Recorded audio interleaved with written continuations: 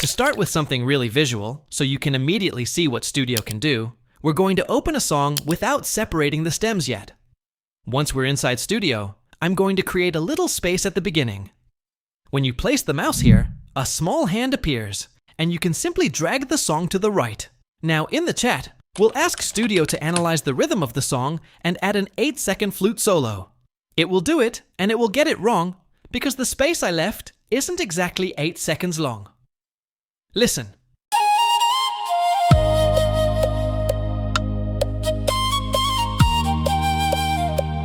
Even so, it already sounds great.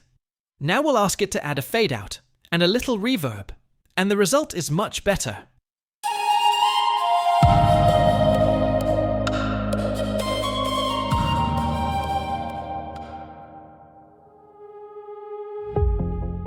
And now the whole intro feels different. This shows us two things. On one hand, Studio can simply follow the instructions we give it. But later, you'll also see that we can describe what feels wrong and ask it to create or improve an arrangement on its own.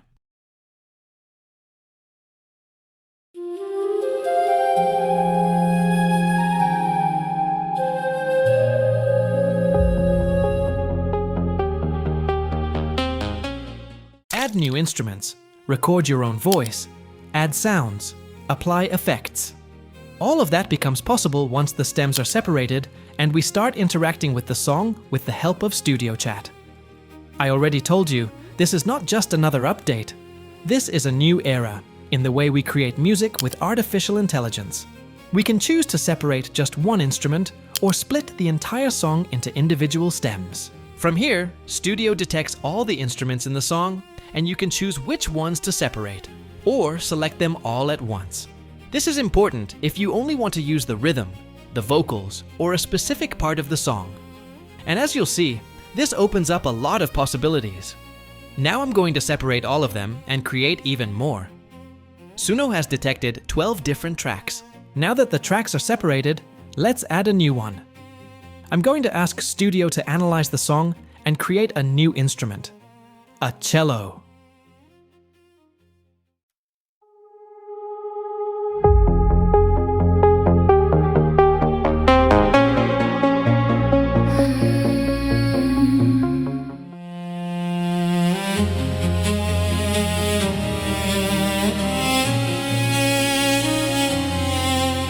As you can hear, the result is excellent.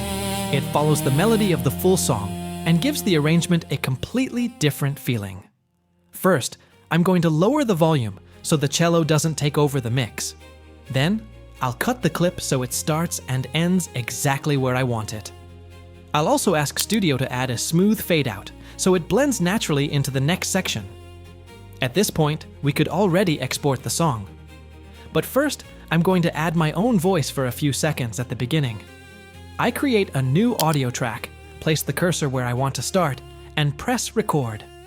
I'm only recording a few growls and vocal sounds, although I could record or sing an entire part if I wanted to. Since I don't really like hearing my own voice, I'll ask Studio to add some reverb and help it blend into the music.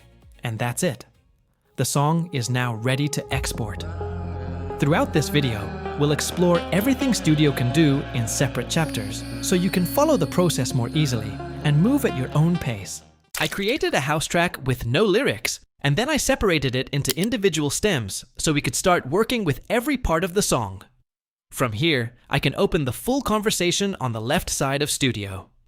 This is really useful because Studio tells me what it's doing step by step, and I can always correct it or ask for something different. And honestly, that's one of the things I'm enjoying the most. It works fast, it understands what I'm asking for really well, and it becomes surprisingly fun to keep building the song this way. First, I asked it to create an orchestral intro. Studio immediately asked me how long I wanted that intro to be. I chose the length, and there it is. A completely new orchestral opening added to the track.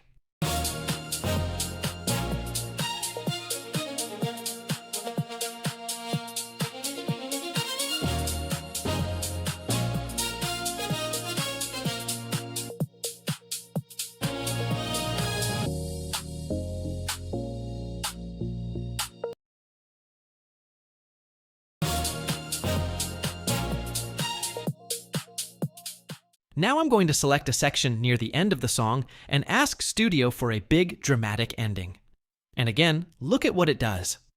Exclude style.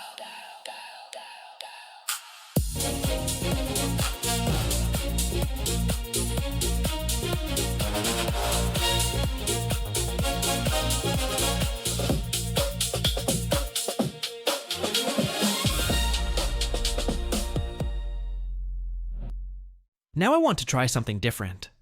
I'm asking it to add a new musical element every 32 beats. You can keep experimenting like this and gradually build the arrangement around your original track.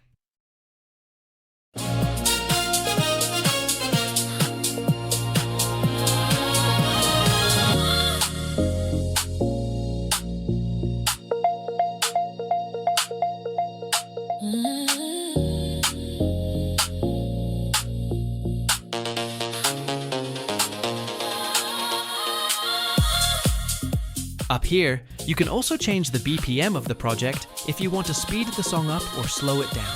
And you can even ask Studio to create rhythmic ideas from something as simple as finger taps or hand percussion. Down here, we also have the built-in effects. There's reverb, EQ, compression, convolution, delay, distortion, gate, and more. And from this section, you can search for additional effects or even create your own. I'm already preparing a much more detailed tutorial where we'll go through every part of Studio step by step so you can really understand how everything works. So if you don't want to miss that one, make sure you're subscribed. Before downloading your song, there's one important thing you should always do. Remove or mute any tracks you don't want in the final version, including failed tests, temporary ideas, or anything you were only experimenting with. Then check the volume of each track, make sure nothing is overpowering the mix, and adjust the overall balance until everything feels right. Once you're happy with the final result, then you can export it. You can download the finished song as a final mix, or export the multi-track version with all the individual tracks if you want to keep working on it later. And remember, this video is only the introduction. I'm already preparing a much more complete tutorial where I'll explain everything in detail, step by step, and in a simple way. The goal is that even if you've never edited music before, you'll learn how to work inside Studio with the mindset of a producer. See you in the next video, and as always, thank you. Don't call me crazy for loving in moments.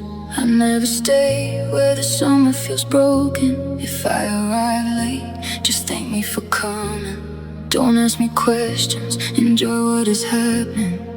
I know 1,000 ways to say that I love you, but only if you make it past what we go through. If you see me